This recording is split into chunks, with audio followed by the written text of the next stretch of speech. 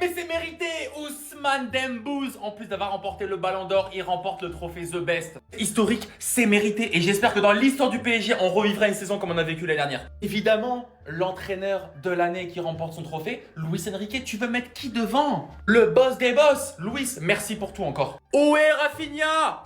Les Barcelonais, vous pouvez vous exciter pour une fois? Où est Rafinha? Le 11 du trophée The Best, Donnarumma dans les cages, Achraf Hakimi, William Pacho, enfin ils ont compris. Ils l'ont pas mis dans le top 3 du Ballon d'Or, là ils l'ont mis. Enfin, Virgil van Dijk, Nuno Mendes, Pedri, Vitinha, Bellingham, pourquoi faire? Pourquoi il y a Jude? Parce que c'est le quota madrilène et vous le savez. Pourquoi il y a Cole Palmer?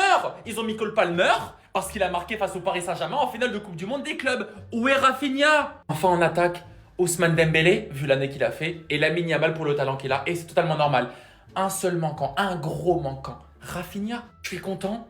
C'est mérité, il y en a qui vont dire que c'est Rafinha qui le méritait, que c'est Lamine Yamal qui le méritait, que c'est Kylian Mobutu-Lotin qui le méritait, mais c'est toi qui le méritais. C'est toi le boss cette année, c'est toi le meilleur joueur et c'est toi qui le mérites. Donc là, personne ne va rien dire à ce scandale. Vous l'avez juste devant vous. The Best a officiellement été élu. Le 11 aussi par la même occasion. Donnarumma, Hakimi, Pacho enfin respecté. Van Dijk, Nuno Mendes, correct jusqu'ici.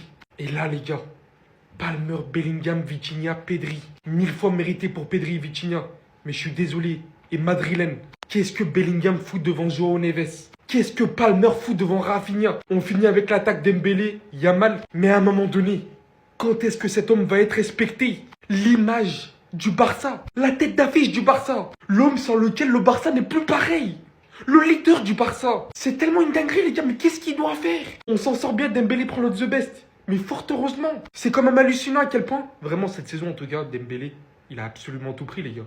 C'est une dinguerie. Il a rien laissé à personne pour le coup. Mais au final, encore une saison qui passe et où la satisfaction n'a pas été pleinement au rendez-vous. Ni Ballon d'Or, ni The Best. Il y a encore des imperfections malheureusement. Même si le plus important est, comme je l'ai déjà dit, The Best et Ballon d'Or pour Dembélé, bien évidemment. Les gars, je l'avais pas vu depuis la cérémonie du Ballon d'Or 2025. Le retour d'Ousmane Dembélé qui vient encore une fois prendre un trophée. Alors il est conscient et on est tous conscients qu'une année comme il a fait l'année dernière, il en fera qu'une dans sa vie. Mais cette année, il a rien laissé à personne. Quand vous voyez son palmarès, il y a même des big légendes du foot sur une année, ils ont jamais fait ça. Ligue des Champions, Super Coupe de l'UEFA, Ligue 1, Coupe de France, Trophée des Champions, meilleur buteur de Ligue 1, meilleur joueur de Ligue 1, meilleur joueur de la Ligue des Champions, Ballon d'Or 2025, meilleur joueur de l'année 2025 au trophée The Best. Et il est d'ailleurs dans l'équipe de l'année où, je le répète, cette équipe c'est une honte. Il n'y a pas Rafinha dedans, il y a Palmer, il y a Bellingham. Bref, on va rien dire. Mais c'est mérité encore une fois pour Ousmane Dembélé. Bon, ce trophée, il y a d'autres joueurs qui auraient pu le gagner, comme Achraf Hakimi, comme Yamal, comme Rafinha, comme beaucoup d'autres joueurs. Mais est-ce qu'on peut dire quelque chose? C'est comme Benzema en 2022, les gars, Dembélé, il y a personne qui peut rien dire sur l'année 2024-2025. Ça a été le joueur le plus important de son équipe. Dans les grands moments, dans les moments clés, il a su faire la différence. Bon, il y avait Hakimi, il y avait tout un collectif aussi autour. Hein. Il y a d'ailleurs son entraîneur qui est nommé meilleur entraîneur de l'année. Et franchement, juste avec ça, on peut dire qu'il rentre dans la légende et qu'il rentre dans la légende du club en tout cas. Je commence à peine à digérer le Ballon d'Or de Dembélé, les gars. Et là, on voit quoi juste derrière? Il prend le trophée The Best. Vous voulez me faire croire que là, Dembélé sur sa saison, c'est une saison tellement impressionnante, une saison tellement monstrueuse sur le plan individuel, qu'il peut se permettre de tout rafler comme ça? Normalement, les gars, des joueurs qui prennent les deux, qui font le doublé Ballon d'Or et trophée The Best, c'est des joueurs qui vraiment portent un collectif. Des joueurs qui vraiment portent toute une équipe. Ça n'a pas été le cas du tout de Dembélé. Arrêtez de nous mentir. Arrêtez de vous mentir à vous-même.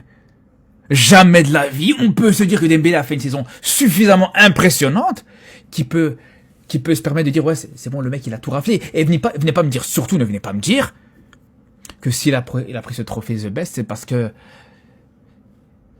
c'est un trophée qui est donné sur une année civile et pas sur une année, pas sur une saison de foot. Parce que là aussi, hein, depuis le début de la saison, les frères, le mec, ses 2 buts en championnat, il est resté blessé sur une grande partie de ce début de saison. Donc, soyons honnêtes, les gars. Soyons honnêtes, quand il y a d'autres joueurs comme Rafinha, meilleur buteur de la Ligue des Champions, meilleur passeur de la Ligue des Champions, joueur le plus décisif de cette compétition organisée par l'UEFA, donc indirectement par la FIFA, je suis désolé, les gars.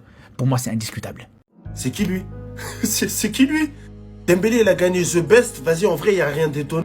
Maintenant, moi, j'allume ma télé, je vois la 8. C'est qui lui? On est en 2017 ou quoi, les gars? Ça, c'est Dembélé quand il venait de signer au Barça, ça. Ça, c'est Dembélé il y a 8 ans, il y a 7 ans. Mais je le jure que c'est n'importe quoi, en fait, comment une barbe, ça change un homme. Et le pire, c'est que la Wiss, il avait même pas la barbe complète. Il avait juste une moustache, frère. Là, wesh, il est redevenu un bébé. Là, les humains... Ça, en fait, c'est pour rappeler aux humains qui croyaient pas en lui à l'époque qu'en mode, il aura vraiment tout pris, là. Parce que là, cette version d'Ousmane Dembélé, je pense que le président du Barça, il croyait plus en Ousmane Dembélé que la France entière, frère. Même à cette époque-là, il n'y avait personne qui se disait qu'Ousmane Dembélé, il aurait un ballon d'or un jour, et encore moins avant Kylian Mbappé. Et là, c'est super drôle. Ballon d'or se baisse, et du coup, il revient à zéro. Il redevient le Dembélé des blessures. De toute façon, moi, j'ai même plus envie de parler de lui. J'ai plus envie de parler de ce joueur, je te jure. Parce que moi, j'avais juste pas TikTok, hein. Au nom de Dieu, comment je croyais en lui. Et j'aurais jamais pensé qu'il nous aurait fait le coup qu'il nous a fait. Bref, c'est la dernière fois que je parle de lui. Félicitations à lui en ça. Mais remets ta moustache, s'il te plaît. C'était ce Jorginho du Brasil. Dites-moi ce que vous en pensez. Pow!